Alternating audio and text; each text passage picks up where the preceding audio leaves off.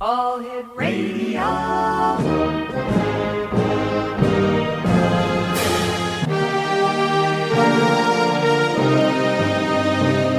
Welcome to the X Zone, a place where fact is fiction and fiction is reality.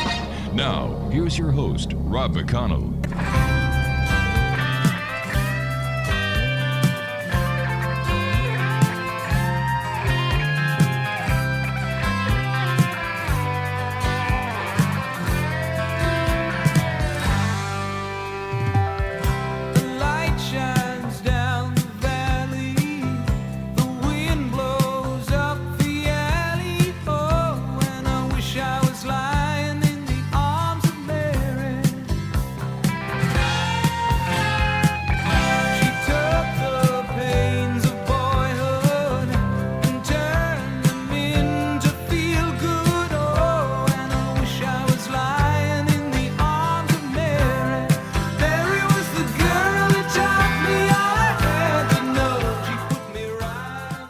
And welcome to the X Zone, everyone. I am Rob McConnell. For the next 4 hours, I am your host and your guide as together we cross the time-space continuum to this place that I call the X Zone.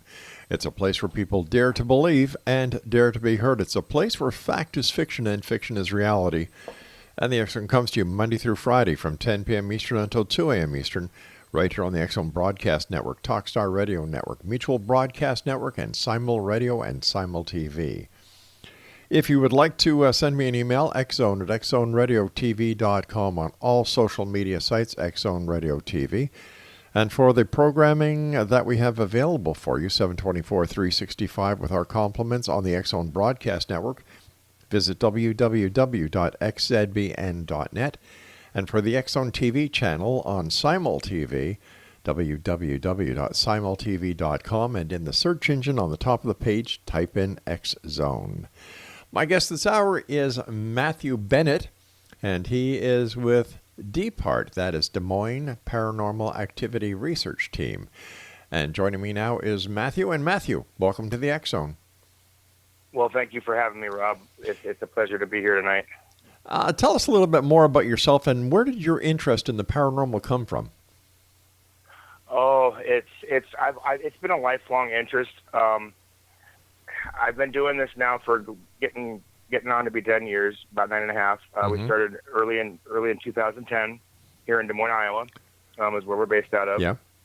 And I've always had as a kid, I've always had a kind of an unnatural fear of death. Everybody's got that fear of death, but as it's from a young age, early memories, 4 and 5 on, I can remember having, worried thoughts and dreams about death that weren't right for that age appropriate. You know what I'm saying? Mm-hmm. And so that's always been kind of a driving force for me. And now that I've gotten into the field, it's that question is answered, but so many more have popped up. But it's awesome. I love what we do. Why do you think you had such a fear of death as a youngster? That's I've been doing a lot of introspection looking internally here over the last year, and answers and that question has actually come up. It's kind of funny that you asked that because, and I still don't know where it stems from. I don't know if it comes from, knowledge of a past life, or if it, I don't know exactly where it stems from. I just know it was an unnatural, it was unnatural for me to have those thoughts at such a young age. And because I would literally imagine what it would be like to be 6 feet under. I mean, it was, and the nothingness that, what was after this life, what was after this run, philosophical thoughts that a 6-year-old shouldn't be having. To say the least. And the work that you've done in the paranormal over these years, how has that changed your belief? Oh, that's a great question. And again, kind of funny that you asked that because that was one of the things I wanted to kind of touch on tonight because, a lot of people would think that, you get into the paranormal, it's just because you're going to go in and, go out and do some investigating or, quote unquote, air quotes, ghost hunting. Yeah. And it's really, I got into this to do, private cases for individuals that were having, problems in their homes to make sure that they had safe spaces and to coexist or to try to get, issues resolved for them. But it's become so much more than that. I'm finding that I'm doing a lot more work in between those cases on just a normal day basis, with the colleagues that I've met and the networking that I've done and the people that I've met. It seems like the work goes on between the cases as opposed to, don't get me wrong, the cases are, a part of it. Sure. But it's just a fraction of it. Now, tell us a little bit about Des Moines Paranormal Activity Research Team. How many members are you in the team, and how long have you been together? Well, we have both full-time and part-time members, and we have about, I don't know, we had at one point we had 21 members in like 5 different cities in Iowa. We've kind of done a little bit of restructuring over the course of the last year. So I would say our core members are about 5 of us that are the full timers. Right. And then we have I don't know, say probably about another half a dozen to 10 other people that come in and help us part time. And it's not just the team too. It's working with other people. We work with so many other teams around the state. Doing things, whether it be helping out with a fundraiser or helping out with a location or coming in on a private investigation, to give a different perspective. There's so many aspects to it. Something that the public may not be aware of, but you do not charge for your investigations. Therefore, every expense that you have comes out of your pockets. And these fundraisers are really important in keeping your work going. They are, and not just us as a group, but the locations too. The locations, some of these locations, it's not are 100, 150 plus years old. They're not cheap and easy to keep up and maintain. So the price of admission to get in to investigate the place goes towards that, and also the fundraising too, because especially the newer locations that are popping up, they're just getting started, and so they've still got the task of rebuilding, restoring, restructuring, and then trying to get everything off the ground. Or some of them are actually even doing both at the same time, which is amazing. But on the other hand, you guys are creating a tourism industry for these places. So why should you have to pay admission charges? It's because it's just the way it works right now. Unfortunately, the way things are set up, it's not perfect. I'll agree with you, but the way the mainstream, and it's changing. It really is. The paranormal right now, ufology, cryptids, the spiritual research, all of that stuff has become a lot more mainstream now than it ever has. I mean, just look at some of the musicians out there, and their album, they're following the trend. Yeah, I can understand that, but when I look at it, I say, what they're doing is they're just jumping on the bandwagon because they get all this free publicity. Well, now, see, as a person, this is something else that some of the work we've done. I was blessed and honored enough to actually help run a location. We were supposed to actually purchase it from the town, but things didn't quite work out. But being on the end, I know what it's like to help, try to get a location like that up and running. We were there for a year, and I spent literally hundreds of hours in that building in my team. But it was a deal because the community didn't want it. They didn't. Some of them didn't like the paranormal. Don't view that way. They've got they've got their beliefs, and that doesn't necessarily include the paranormal, and that's fine. But what makes my heart sad is that if you don't look at it in a religious view, but if you look at it as a living history view, being able to actually interact with the people and the history that's on this land that we live on. Okay, now you said interact with the people. How do you interact with people? What people are you interacting with? When we get communication with like, for example, clients, when we're doing client work, we'll get information that's specific to the client, or stuff that comes through that the client will, their eyes will light up, and that like a nickname or something, only something that the client would know that's directly coming from whom we're trying to make communication with.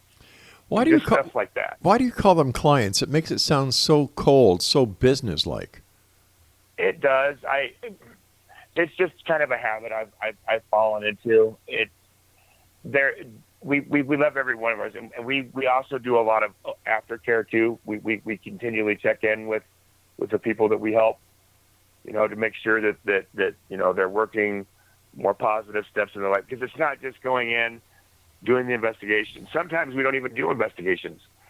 We've had people contact us, and it's just a matter of answering a few questions for them, or interpreting some activity that they're experiencing within their home. Things of that nature. You're right. Client is a very cold word, and I shouldn't use it, but it's just you're not the only one that uses it, and I question everyone who uses it, because, like I said, it sounds very cold, very callous, very impersonal, and yet the service that you talk about, in my opinion, is very warm and very personable. And we try to make it that way. And I never did.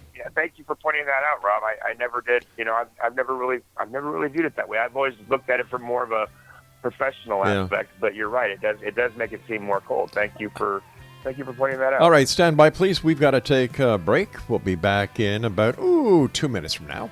This is the X Zone. I am Rob McConnell. Our guest this hour is Matthew Bennett, and he is with Des Moines Paranormal Activity Research Team, and their Facebook page is facebook.com, and this is the entire thing, my friends, Des Moines Paranormal Activity Research Team, and you have to type up the whole thing. We'll be back on the other side of this break. Don't go away.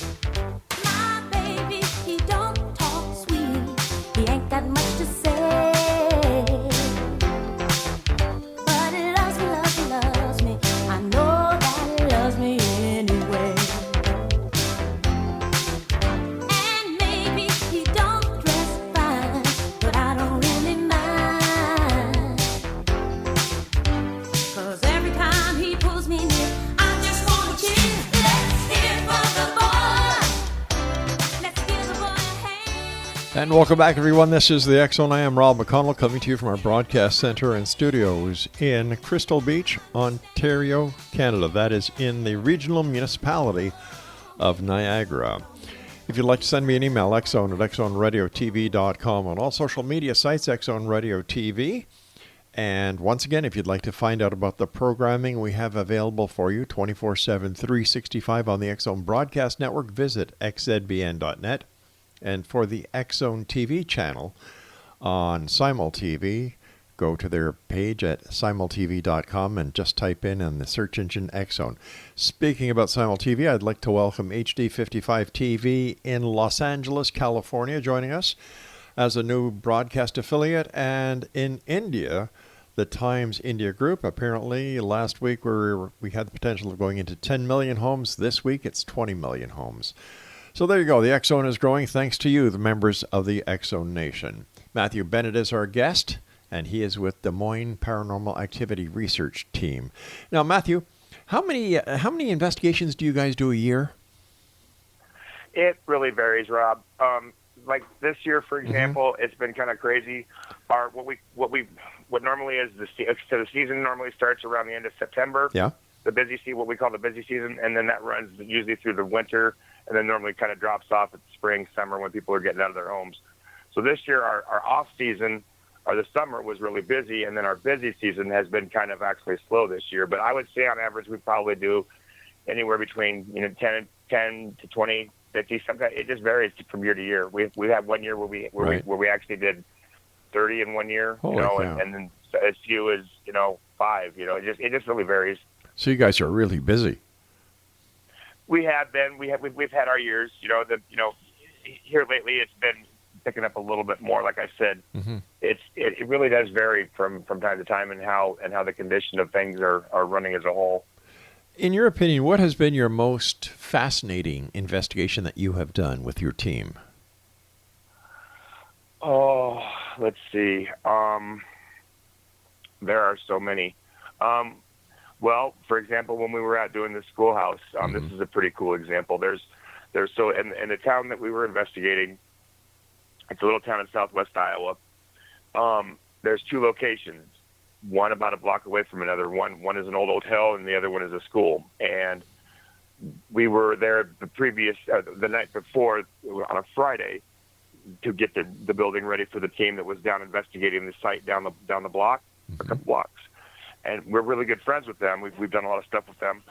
And so I had the idea. We were getting ready to put our stuff up for the night, and then our walkie-talkies started going off kind of weird. They were making one squawk for yes and no squawks for two. And we checked the batteries, and we tried to debug to make sure that everything was working on everything. And then it would start responding directly to our questions. So I asked the question if I should go down and talk to Nick and Sue, and it answered yes. So I went down and did.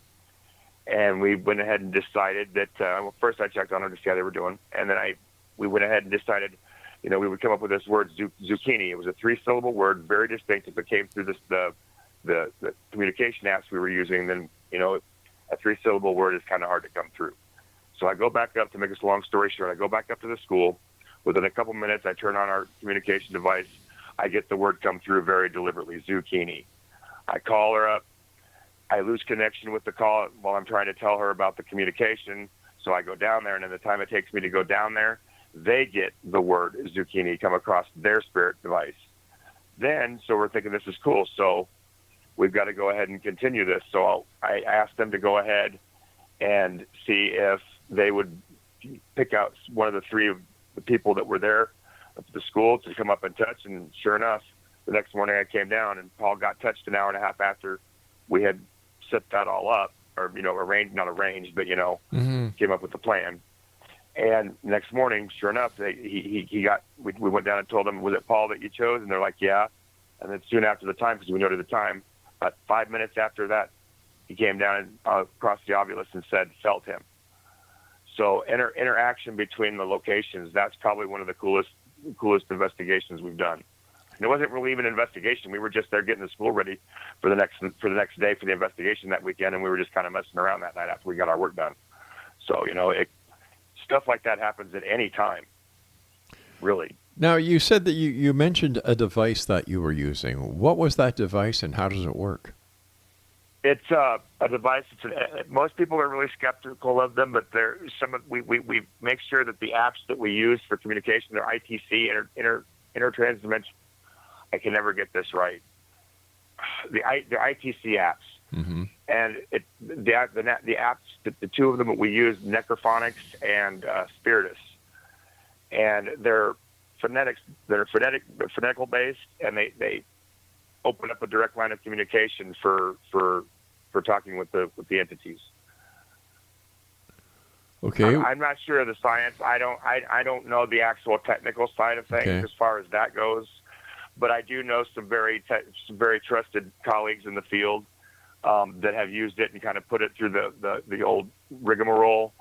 And he's got 3 degrees and in sciences and whatnot, and so he's pretty much torn it apart and had people look at it. And when you get something that comes across and spitting out 3-syllable words and relevant information to what the questions that you're asking and whatnot, you gotta wonder if it's actually communication that you're having. You've got to always have that kind of speck of doubt, but at the same time, you also can't be afraid to make that leap. And when you're getting that relevant information and you're getting those tidbits of information. So in your opinion, what is a ghost or spirit or entity, whatever you guys call them? What is it made up of? No, what are they? What are they? Yeah. Well, that ranges. You have what I firm. Now, these are just strictly based on my opinions, beliefs, and experiences. But I firmly believe there are everything from interdimensional beings, from human entities that have come and come and gone and come back and visit us through the dimensional planes. You know, there are spirit guides, there are, you know, shadow figures. There's a lot of different entity types, spirits, whatever you'd like to call them. Okay, so you've got all these entities, you have all these paranormal teams like yourself and others throughout the country. I think in the state of California alone, there's 3,000 paranormal groups. Right. You get all these people who go out each and every night, spending money out of their pockets. What is the ultimate goal? That's a great question. And oh man, how long do we have? I'm joking. The ultimate goal, that's a different question. You're going to get a different answer every person you ask that. You know, for me personally, it started out one thing when I first started, Mm-hmm. and now it's kind of morphed and changed into something else. It's the more I do the work that I do in this field, the more I find out that it's not just, you know, going out and spending money on locations and going out and investigating. It's, you know, it's making those human connections with people not necessarily even involved in the paranormal. You know, it's just finding that balance. We have to maintain a balance of both human and spiritual side. You know, when we're it's a dual existence that we live. You know, I'm getting ready to jump off the deep end here and get into some deep stuff, but you know, or I could anyway. That's what this is to me. It's not just going out and, you know, hunting ghosts and trying to capture evidence and whatnot. Yes, that's a small fraction of it, but Mm-hmm. but it's just a small part of a bigger puzzle. Listen, let me ask you. You guys call it ghost hunting. And when you go and you hunt something, you kill it. You're hunting something that's already dead. I personally don't like the term ghost hunting. I've used it several times during the Mm-hmm. podcast to, you know, because that's the term that people use. My personal opinion, I don't care for it. I prefer paranormal investigators or spiritual researchers. Mm-hmm. Personally, those are, you know, ghost hunting to me is somebody that does it as a hobby, and that's fine. You know, I don't knock people for their reasons. Mm-hmm. You know, everybody has their reasons why they get into this. Sure. You know, and as long as they're following their heart and being true to themselves and not hurting anybody and doing wrong, then more power to them. Okay, once again, why do you guys do what you do? For example, if somebody was to find out proof, which nobody has yet, does that mean the paranormal investigations come to an end? No, and I was just talking to a gal today, doing some work on this new project that I've been recently involved in. Her name is Katie, Mm-hmm. and she does a lot of work on the cryptozoology side of things. Yeah. She does a lot of work in Lake Champlain, looking for what some people would call Loch Ness Monster or Loch Ness Monster. Yeah, type champ. creatures. Yeah, champ. Yeah, champs. Yeah. She's actually gotten a lot of good documented work done towards champs, and she thinks it actually might not be so much a paranormal side of things, but just an undiscovered creature that we don't know about Yeah, yet. you know, champ And has been identified by many people who are experts as a giant-sized sturgeon. Right, you know? right. Okay, so let's move on. We know what that is. Okay. Right, but you still have to. It's still an undiscovered. It's still an undiscovered creature type. All right, I mean, listen, we've got to so take much- our break. We'll be back on the other side of this break. Exo Nation, don't go away.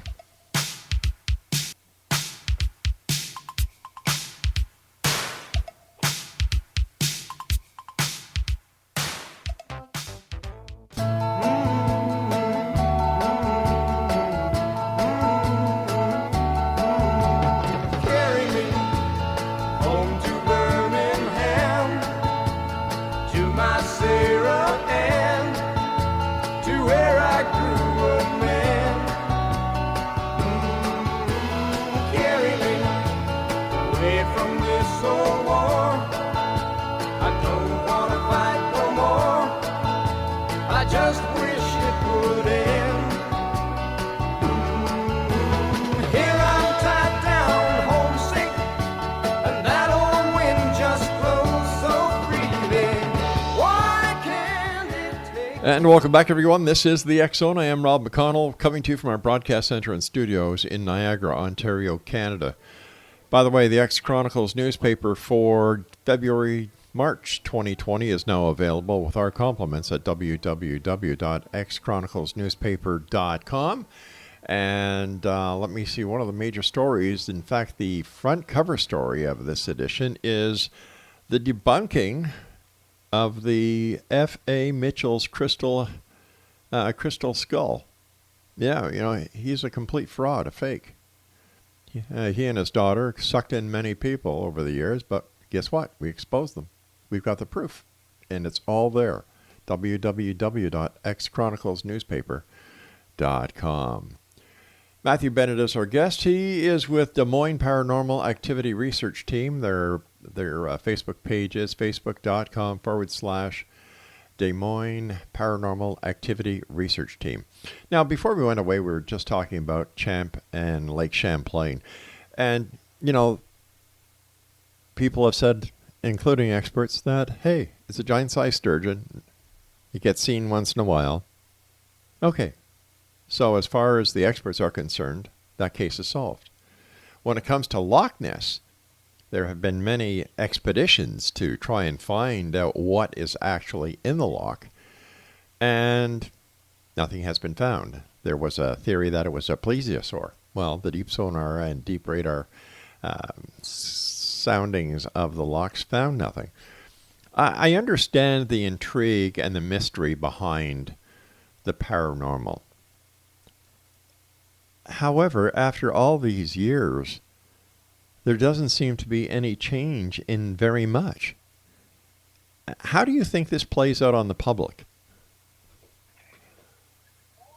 I think that there's, and I have to say, the more answers that we get, it seems like for every answer we have and that we actually are able to put our finger on, there seems to be 5 more questions that pop up.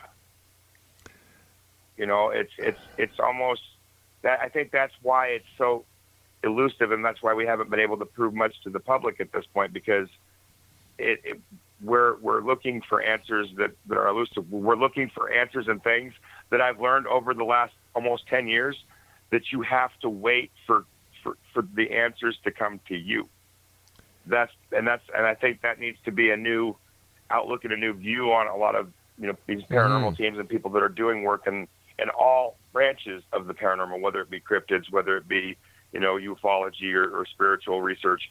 We seek that which retreats from us.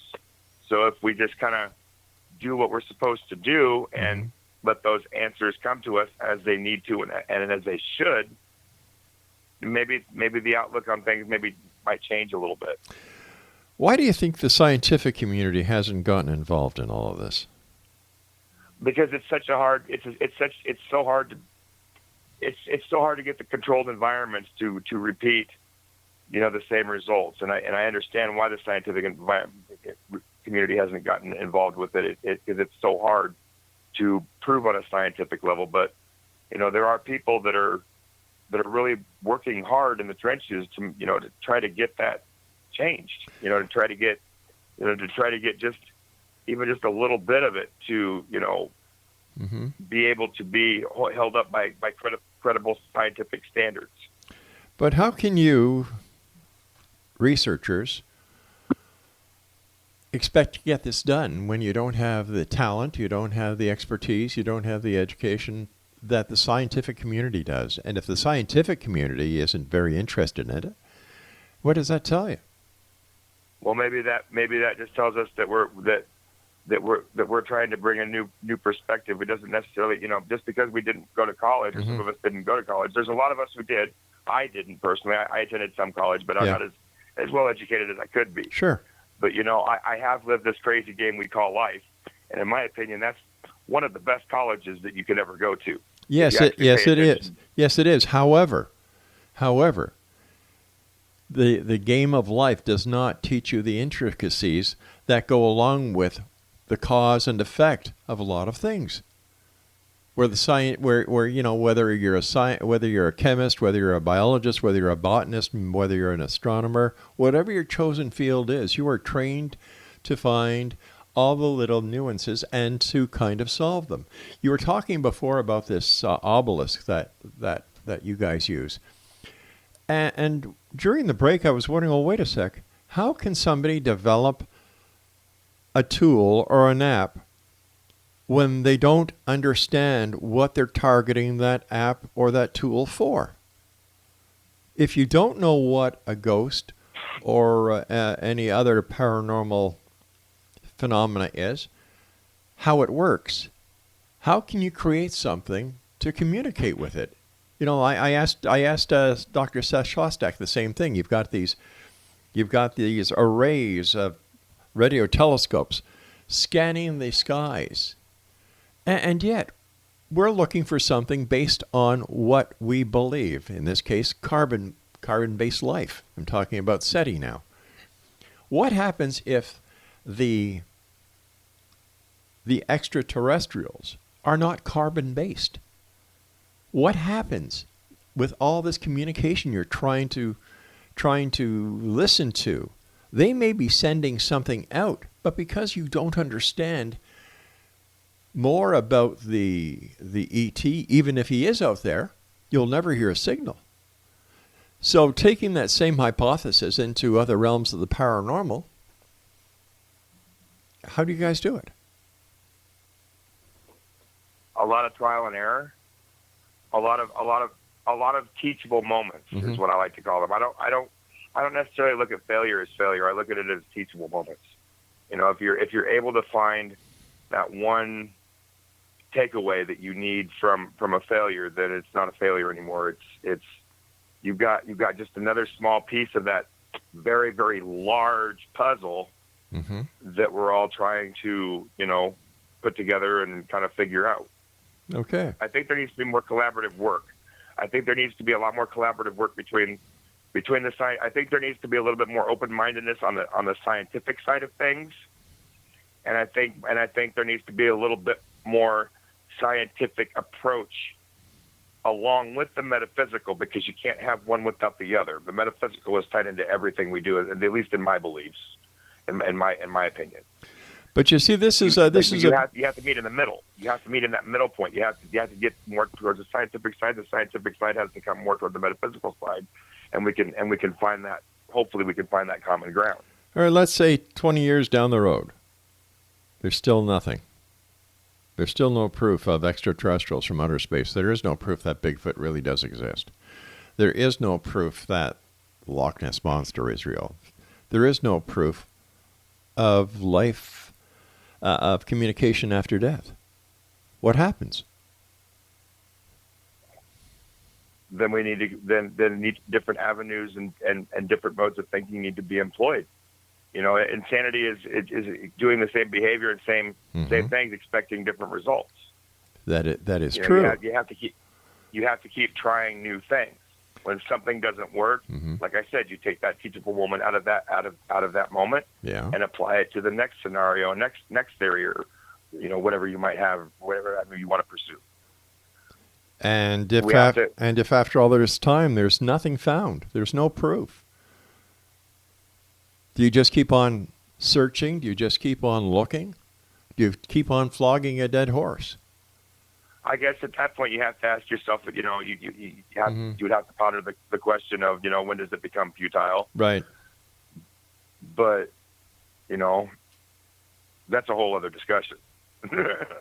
No, it's part of this discussion. It is, but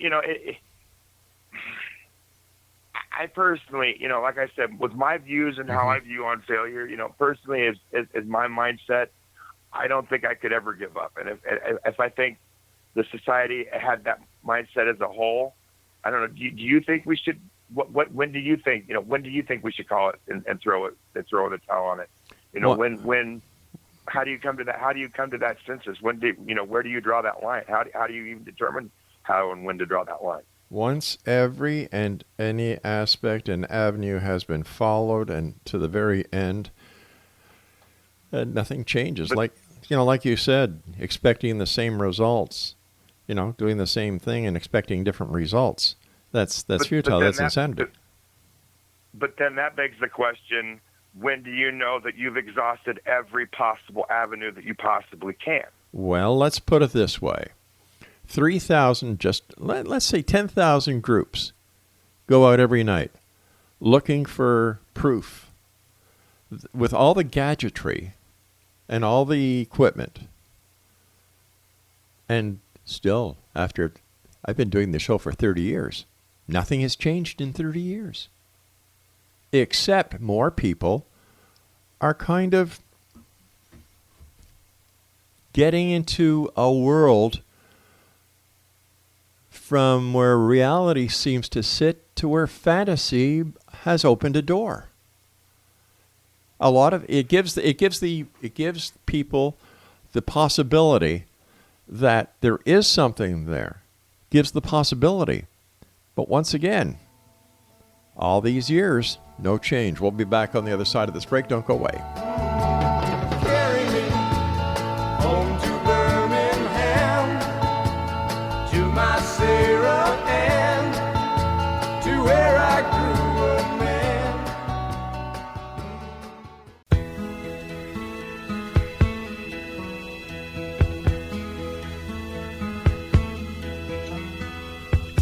Nobody can tell you there's only one song worth singing. They may try and sell you, 'cause it hangs them up to see someone like you. But you've gotta make your own kind of music, sing your own special song, make your own kind of music, even if nobody else sings along. You're gonna be nowhere, the loneliest kind of lonely. It may be rough going just to do your thing, the hardest thing to do. But you've gotta make your own kind of music. And welcome back, everyone. Matthew Bennett is our guest. Facebook.com/Des Moines Paranormal Activity Research Team. Before we went to the break, when do you call it quits? Well, I agree with you that every aspect and every avenue has to be followed. I agree with you 100%. But when you're going down an avenue, you usually know what you're looking for. And there seems to be so many different descriptions of what people who are involved in trying to prove the existence of spirits, paranormal activity, and so on, they differ right across the board. It seems that not two paranormal groups have the same opinions on anything. And I think that this is one of the biggest problems that the public has. How do you, as a member of a paranormal organization, how do you... I'll give you a better example. When I was in the police force, we shared information. In the United States, it's called NCIC, I believe, National Crime Intelligence Center, or Information Center. Up here in Canada, it's CPIC, Canadian Police Information Center. And all the information from all the different police departments is put into the computer, so that when you're looking for something or working an investigation, you have access to all this information. The Canadian computers talk to the American computers and all the other members of Interpol. And yet, within the paranormal community, everybody is so tight-fisted with the information that they're afraid that the information that they share may give somebody the smoking gun. And that's where we need to change. And that's where we need to change our mindset. We need to start working more as a bigger unit, cogs, and a bigger unit, a bigger machine. And I think that's the big reason that there hasn't been a lot of change in this field. Is that you're right? There's a lot of bickering. We don't experience a lot of that here in Iowa. A lot of the Iowa teams here, we're kind of closed off from that, because a lot of the Iowa teams here, we work together, we collaborate, we share information, We're not afraid to call one another. Well, that's if great. something is happening that we're not sure of, Yeah. we're not afraid to ask for help. We're not afraid to reach out to those people that might have those answers that that we need. I think that's commendable. I really do. But how do you get the other organizations to follow suit? Just keep plugging along, trying to do the right thing, and as time goes on, the people that can't get behind that kind of thing usually fall off, and then it's just kind of becomes a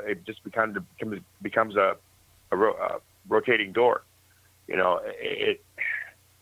I think there's going to be a lot of things that are coming up with the disclosure side of things. I've been talking to Michael Hall here really close here lately, and he's been working on a lot of cool things with the not cool but interesting things with the Admiral Wilson memo of 2008 or 19, which was just last year. Tell our listeners so about there's a lot that. of Tell our listeners about that. okay, so it came through the pipe works. To make a long story short, because I know we're in the last segment. Grant Cameron came across some memos and came to Michael Hall to set up an information trust should anything happen to him while he was in possession of these said documents, which, among other things, was the confirmation of MJ-12, reverse engineering, and the fact that Roswell actually confirming Roswell. Okay. And so now, well, go ahead. I said okay, but that, those papers have been dispelled by major players within the UFO field as another gimmick, another come on, another spread of misinformation and disinformation. What about the videos that were leaked from the USS Nimitz encounter? Okay, if they were so valid, all right, why didn't the information come out before Tom DeLonge and his gang of whoopies and yahoos got involved? For one thing, hyperspace drive on aircraft and experimental aircraft were done 10 years ago within the area of the sighting. Like, people just don't read. They take all the crap that they read on the internet, and it's got to be true because it's on the internet. Do research, real research, and you'll find out that there is nothing unusual except the fact that the information was leaked. And that, like when somebody leaks information because they think that, I'm going to be a whistleblower, I'm this great cool person. I think they're idiots. They should be put in prison with the key thrown away. There are things within national security the public does not need to know. Because if the public knows, the bad guys knows, our enemies know. We're tilting our hand. And I think that when you talk about the idiots at Area 51 who tried to storm it, where are their brains? And when it comes to the Roswell crash, we know for a fact they were mogul balloons, for God's sake. And Grant Cameron likes to pull his own horn. Like, the guy's an author. He wants to make money. I think that we need to have full disclosure in the government. I don't necessarily agree with that last statement that you made about the public doesn't need to know about some things. Well, they don't need to know. They don't need to know. I think our government does need to be more. No, sir, they don't. No, they don't. Then you've never served you've never served in the military, and you've never. I haven't, but I do have close family members that have. Oh, so you want the Russians? You want the Russians and the Chinese to know where everything is, right? That's the problem with the mindset of the world is that there shouldn't. What's the matter? Come on, speak. Nothing. Talk. There should be no animosity in the. Oh yeah, we'll all hold hands, sing "Kumbaya," and it's going to be a better world. Well, you know what? It ain't going to happen, pal. With mindsets like that, it ain't going to happen, sir. Well, Look at the world in a real life, not the life of the internet. And it's a scary time we live in, sir. If you're not part of the solution, you're part of the problem. So if you're telling the adversaries that we have where our main forces are, what type of weaponry we have, you're putting the country at risk. Our adversaries, the common enemy is not going to be anybody here on Earth. we would all unite to face a greater common enemy. Oh, What if for these God's things that are sake, being come made- on. So you're saying that we're going to get invaded by little green men in flying saucers? I'm not saying that. I'm just saying you have to explore all possibilities. You can't be so close-minded when it comes to It's stuff not being like that. closed-minded. What that is being is very cautious, because you stay closer to your friends but closer to your enemies. Cautiously optimistic, yes, sir. I get that. Okay. fact. All right. So I, for one, don't want the enemies to know what we have, because I, for one, appreciate every member of the armed services, wherever they are So do today. I. Wait a sec. Doing whatever they do, because you've got men and women around the world who are willing to give their life at a moment's notice for your freedom, my freedom, our security, and our way of life. And I don't think any person has the right to share information that compromises them, my freedom, and my security at all. No one has that right. And what I think... What if it Go on. What if it should more like a world disclosure situation? I firmly believe that it is an ignorant proposition to think that we are alone in the universe, that we are the only sentient beings in this galaxy, in this infinite universe we live in. That's your opinion. I think it's conceited. That's your opinion. If you believe in a higher power and a creative force, we can't be the only intelligent things that was put in this massive universe we live in. That is your opinion, but I'll tell you something. It's not mine, and it's not the majority of people's opinion. Well, maybe that's what needs to change about society, sir. I disagree with you, and you know what? You're entitled to your opinion. You really are. Thank you. But don't Thank you you. dare put my freedom and the freedom of my country, my fellow Canadians, my best friend Americans at risk. I'm not trying to do that, sir. I'm simply saying that if there is something out there that could possibly be a greater threat, then we need to at least acknowledge that avenue. That's all I'm saying. And maybe come together as a world when needed, if needed. That's all I'm saying. I'm not saying I'm not trying to put anybody's security at risk, sir. Please don't misunderstand me. All right, we've Because got I to say think so long every- for I think tonight, and we'll be back on the other side of this break as the X Zone continues with yours truly, Rob McConnell, from our broadcast center and studios in Niagara, Ontario, Canada. What do I think of that one? Well, Freddie Mercury said it best. He really did. And as you know, I usually have a shotgun blast at this time, but Craig didn't think we were going to need it tonight, and I told him maybe we would. Listen to this, pals. Yep, another one bites the dust. That's why they talk about ghosts, because reality sucks. But it's a fact of life. We'll be back, don't go away.